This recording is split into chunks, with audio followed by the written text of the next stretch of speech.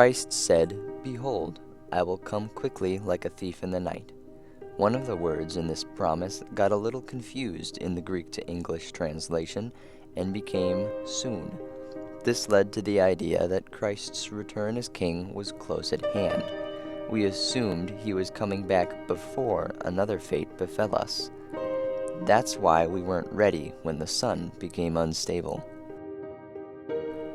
A notable scientist, who we know only by his nickname, Dr. Do, was responsible for the discovery of Earth's fate. He had been doing a study on predicting solar flares in the sun, when his research had led him to the discovery of an anomalous pattern in the solar flares.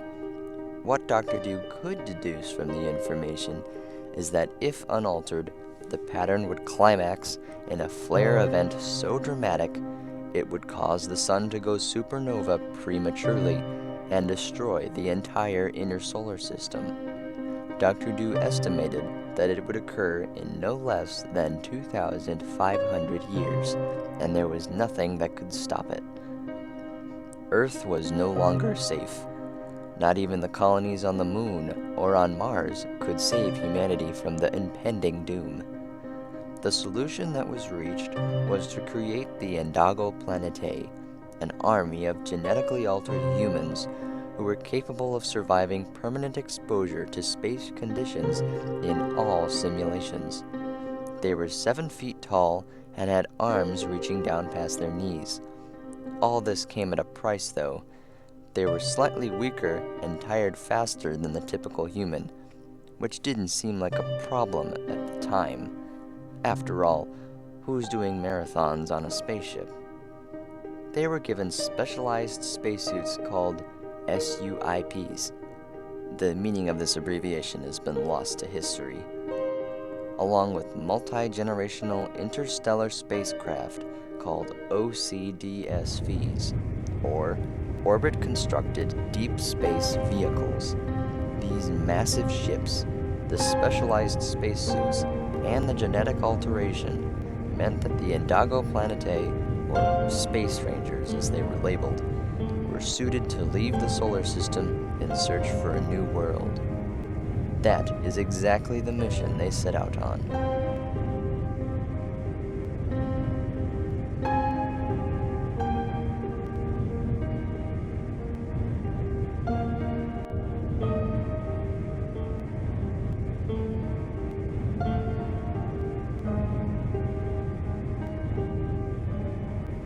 After about 300 years, or 1 generation to the genetically enhanced Indago Planetae, the sun exploded and obliterated Earth.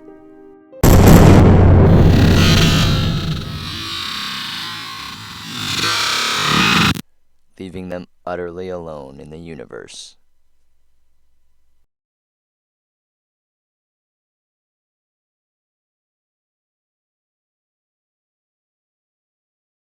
Captain, look at this.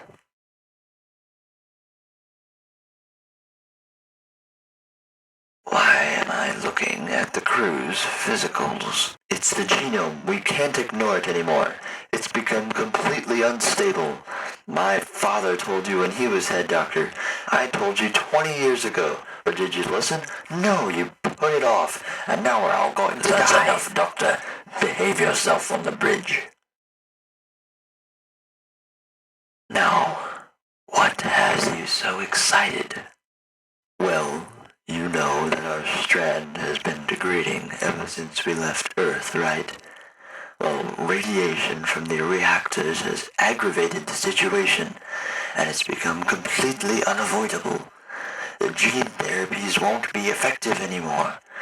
There isn't going to be another generation. All right, I understand. Do you have a proposal? I don't know. Perhaps I can repair the genomes somehow. What would that look like? It would look like a monster.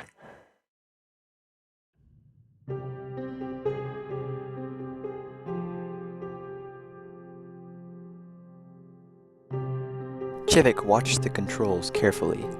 It might be a boring job, but it was better than trying to wash dishes under his snout. I don't have a face. I have a snout. Focus!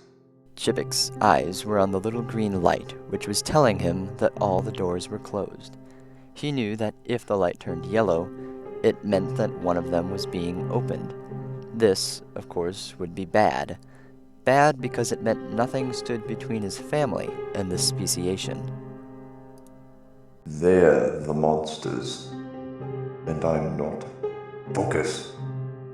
Chivik looked up at his reflection in the glass and saw a lizard's reflection staring back at him. Not wanting to face the ghostly reminder, he quickly looked back down to the indication light. Still green. At least, he thought it was green. Sometimes it was hard to tell in the lighting. His reptilian eyes had trouble with color. My eyes are slits. No! They're blue, like my mother. Chivik was released from his battle with his thoughts when he saw movement in the corner of his eye. Looking up and past his taunting reflection, he saw one of the speciation beyond the window.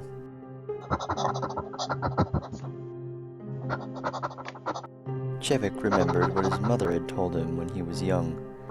He had been sitting on the floor of his family cabin as his mother rocked in her rocking chair, repairing the lenses on her S.U.I.P. She explained things to him in the soft glow of his nightlight. When the genetic alterations had been made, it felt like humanity had been lost.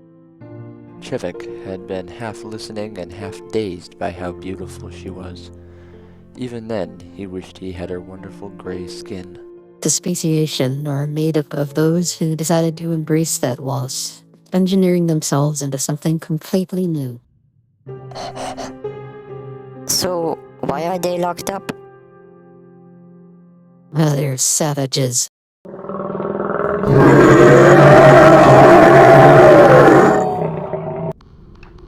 Subject, move away from the window, or you will be sprayed.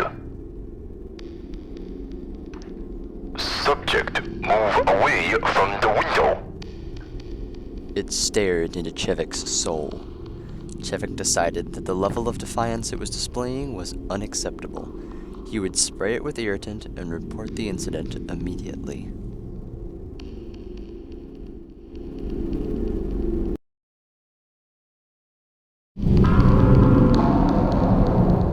Still green. But how? They had gotten out. It should be red by now. Unless... Then he figured it out. It was the only way. The speciation had figured out how to alter the sensors from inside their cage and opened the doors without triggering them. This made Chivik furious. These half-humans were going to come pouring into the ship and kill everyone. How could he ever think he was a monster when these disgusting things were here? They're monsters. I'm human.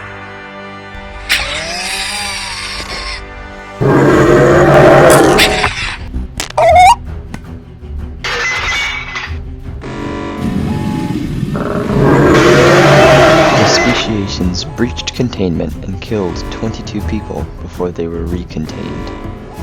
Chivik, which means human, survived the encounter and continued to assist in the increased security around the speciations.